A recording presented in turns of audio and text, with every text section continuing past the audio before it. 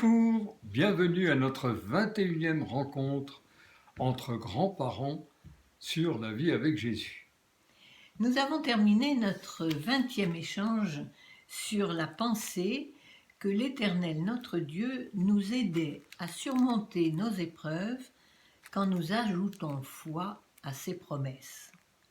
Et j'aimerais illustrer cette conviction par le récit de la vie de Joseph, le 11e fils du patriarche Jacob, que nous trouvons dans la Genèse à partir du chapitre 37. Alors qu'il était encore le jeune chouchou de son père et complètement inconscient de la jalousie que cela soulevait chez ses frères à son égard, Dieu lui envoya 2 rêves extraordinaires qui vont le soutenir pendant toute sa vie. Il se voyait d'abord comme une gerbe de blé dressée au milieu d'un champ et entouré de 11 gerbes de ses frères qui se prosternaient devant lui. Puis il vit le soleil, la lune, les étoiles, 11 étoiles, qui se prosternaient aussi devant lui. Dis donc.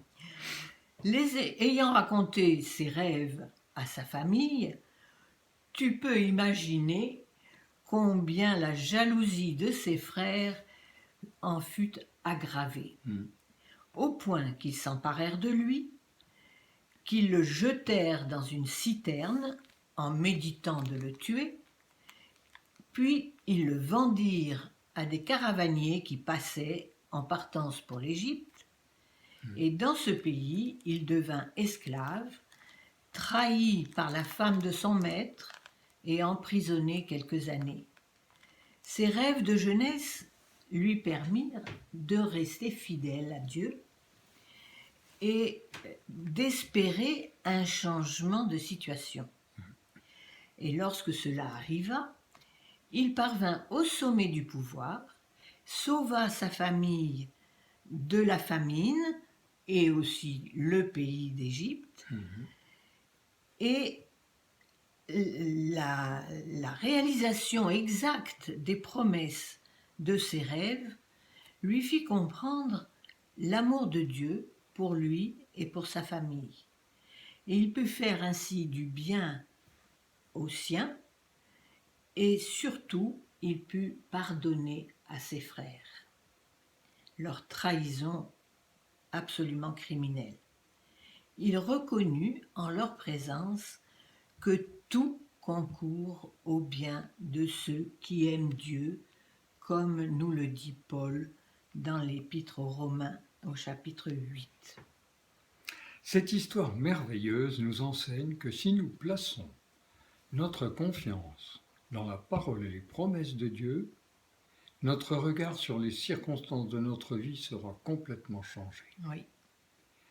Au lieu de nous abattre, nous en faisons des occasions de vivre plus étroitement avec lui, liés en Christ à son Père, sans crainte de l'avenir.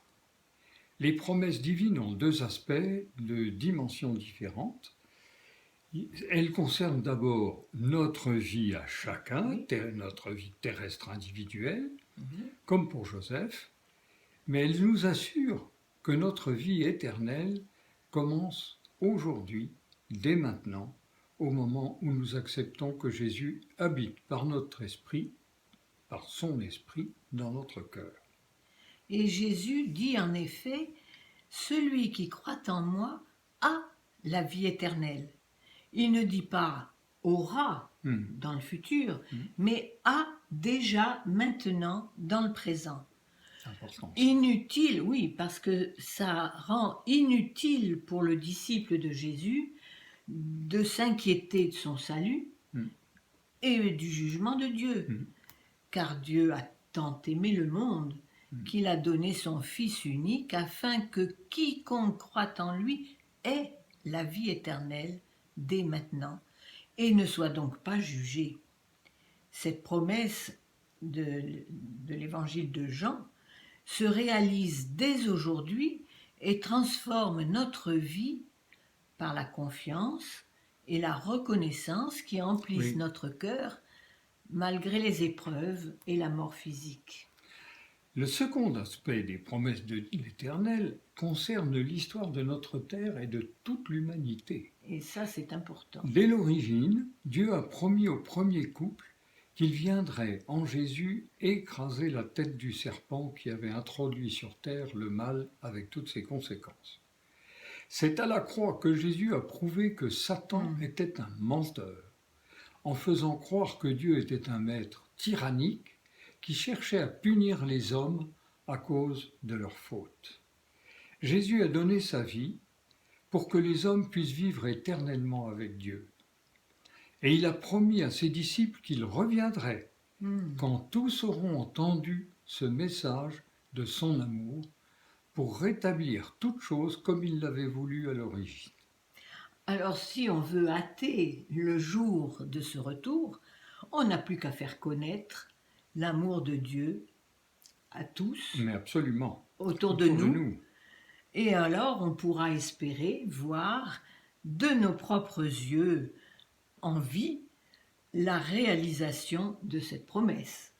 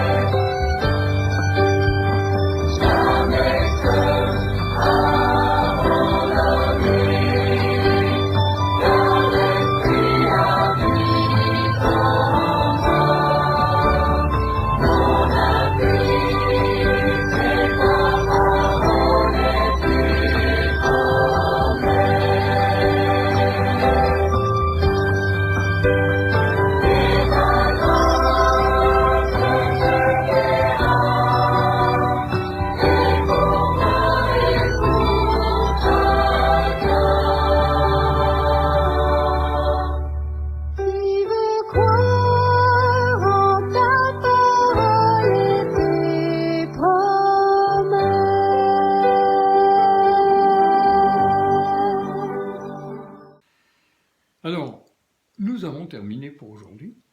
Dans notre prochain épisode, nous pourrons développer cette espérance que nous avons, qui soutient notre vie de disciple de Jésus.